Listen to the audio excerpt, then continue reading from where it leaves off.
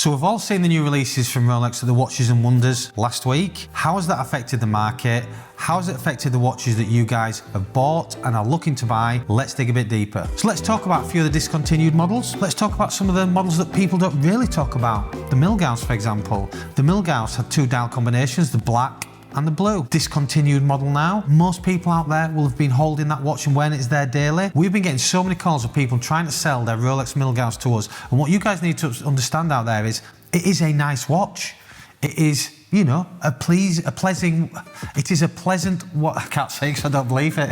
It is a pleasant watch to look at. But unfortunately, the market doesn't see it that way. It's a Marmite watch. And a Marmite watch, unfortunately, they'll never reach the big numbers. Now, we've been having a lot of clients before the Watches and Wonders last week trying to sell us a Milgauss, not knowing they were going to get discontinued or thought they would, just generally selling it. And we've been offering for brand new ones list or just over for the blue. List for the black, just over for the blue. Since the Watches and Wonders, what's happened? Everybody's been ringing up. Literally, I've got to discontinue this, I've got to discontinue that, everything's discontinued, I've got a discontinued Daytona, I've got a discontinued, you name it, everything's been discontinued. We've been getting the calls from clients out there. Unfortunately, some of you clients out there, you're not aware of the actual market and how it works from this side of the table. So it's a really good video for you guys to watch to understand how this does affect the market. The Milgauss, like we said, not that much of a popular watch, pretty much a list watch for a new one, an older pre-owned one, under list watch. People are now ringing up requesting for me to buy that watch at £2,000-3,000 over where it was the week before,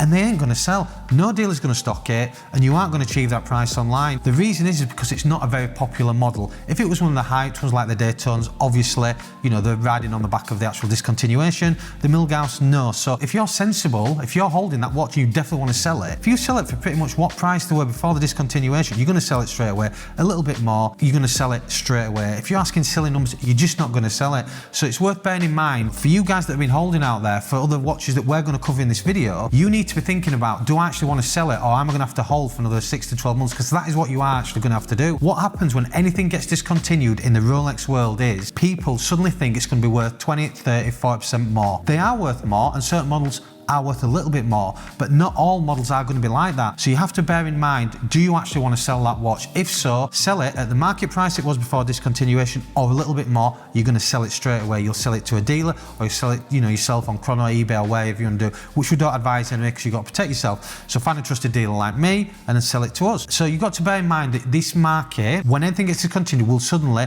everybody just like add 10, 20, 30, 40% on. You'll go online, you'll see it with the John Mayers, you'll see it with the Platinum Daytonas, you'll see it with Meteorite Daytona, you'll see it with Pandas, Oysterflexes, you name it, you'll see all these prices online, you know, that have gone up 10, 20, 30, 40%. Are there prices that clients are buying? No. Have I seen anybody buying at these prices retail since? No. Have we adjusted our prices from our discontinuated models? A really good one for you guys?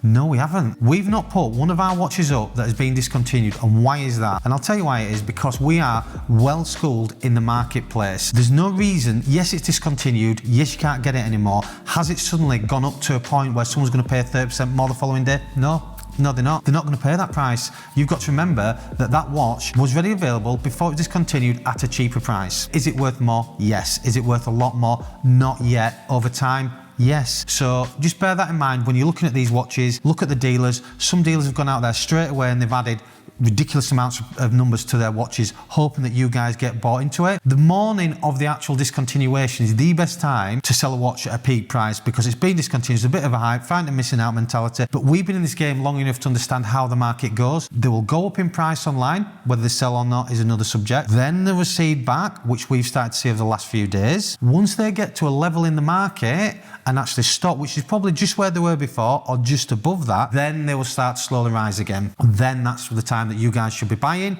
because at that point, you know your money's safe, and that's where the appetite is in the market. And as soon as it starts selling, the price will just keep going up, because more people, the demand's there, and it will just fuel the prices going up for you guys out there looking to either buy that watch to own or buy it to put away. I need to tell you guys how buoyant and busy the Rolex market is from this side of the desk. Now, I've said in my previous videos, if you need to see them, click the links below, how busy we are as a company, and I cannot tell you even more busy since the Watches and Wonders. And how are we more busy than we were before? Well, I'll tell you, because we've got clients, some of you viewers out there who are watching, You've all been holding watches, hoping that they get discontinued. You've all been looking to buy watches if they don't get discontinued and looking to capitalize on the market. So since the Watches and Wonders of last week, our phone has not stopped ringing. We are working 15-hour days every day of the week to cover the amount of inquiries, the amount of phone calls, the amount of WhatsApps, the amount of clients selling, the amount of clients buying, and the amount of clients, especially you guys out there, wanting some advice from me, the Honest Watch Dealer. And I am honestly happy to help. We are really struggling to get through all the inquiries that we're getting at the minute, but we are doing our best to get through them because that is how busy we are. So let's discuss the watches that we're selling at LWC and what we're saying from this side of the counter. The most popular watch we've sold since our last monthly market update has to be the Submariner. The Submariner Day, the Submariner Non-Day, both 41 new models. The Hulk we've been selling, and the Starbucks we've been selling. And why is that? Because it is the flagship model, it's the most sought after model for you guys out there, and the prices are very good. The RRP, we had the price increase, which I covered in other videos, beginning of this year. The grey market price has come down, so that squeeze in the middle means for you guys out there, the appetite's there. We've seen clients falling through the door to buy that watch. We're selling a watch online or a watch to a client that's contacted us direct. We're ordering 2 more off the back of it, and we're selling them both to clients that are on the list waiting. That is how good the Submariner model is at the minute. It's tried and tested, probably the best seller for us. It's probably, I think we're going to see it all year long now. And for you guys out there, if you don't have a Submariner in your collection or as your daily, you should be buying that model. The next model I want to talk about is the Sky Dweller range. Again, a really sought after model. We've sold in the last few weeks 6 Sky Dwellers, steel models. We've sold 5 blue and 1 black. Again, great value for money. Last year's prices, 33 for the blue, 20 odd for the black. We're now selling the black around about 16, the blue around about 20, depending on the bracelet combination. Again, great value for money. Clients are falling through the door to buy that watch. It's less than a Panda Daytona, so what does that say? Not much more than Starbucks, not much more than a Pepsi, and not much more than a Batman, but harder to get. So the blue dial is extremely hard to get. So that's definitely one for you guys out there who wanted that watch. Is a very good time to buy. You should be pulling the trigger on that. The green one, I get this question asked for the last few days on how the market's gone since that's been introduced from Rolex, the new release that's just come out. The green one, will it affect the old price? That's the question. That's what you guys are asking me. Will it affect the old price?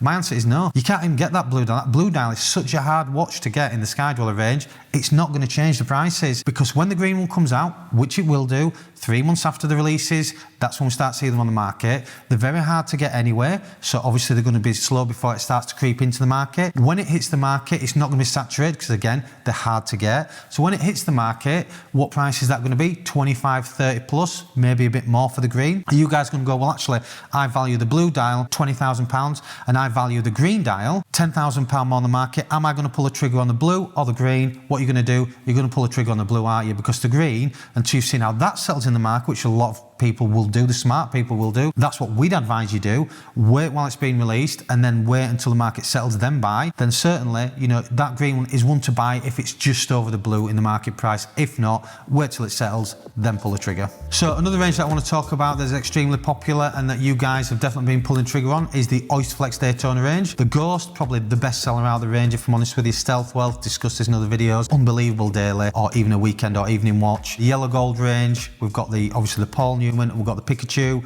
Again, sold a Paul Newman the other week, unbelievable watch. Again, the new one on that, actually, I don't know if you guys have seen it on the Rolex website, they've actually removed chronograph red hand. Not sure how you guys will feel about that. The red indexes are all the way around the outside. Again, that's what people buy it for. But when my clients buy the watch from me, they go, oh, I love the red hand, or I love the red indexes. And to remove part of that for that, I'm not sure if you guys are going to be totally convinced with that and you prefer the new one over the old one. We've discussed obviously the other different looks with the bezel insert and the actual way that the gold goes round and smooth on the outside. I'm not sure if you guys are going to be a fan of that practicality wise and obviously durability wise, but again, really popular model, really good, tried and tested, proved the test of time. Price wise, always been an overlist watch, always going to be an overlist watch, extremely hard watch to get, really desired. And for you guys out there that are moving away from the solid gold models and the solid gold bracelet models, the really big beacons, the big pieces that people are not looking to wear because of security and safety and feel a bit uncomfortable wearing anymore, the Oysterflex range is where you should be going, because it will make you feel special. It will look nice on the wrist. It's extremely comfortable. With it being rubber, you can actually swim in it. You can wear it every day of the week. You can dress it in a dinner suit,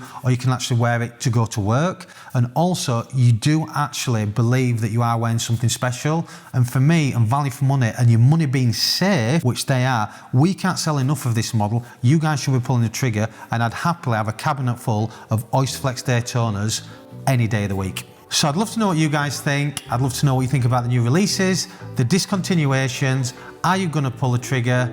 Let me know in the comments below.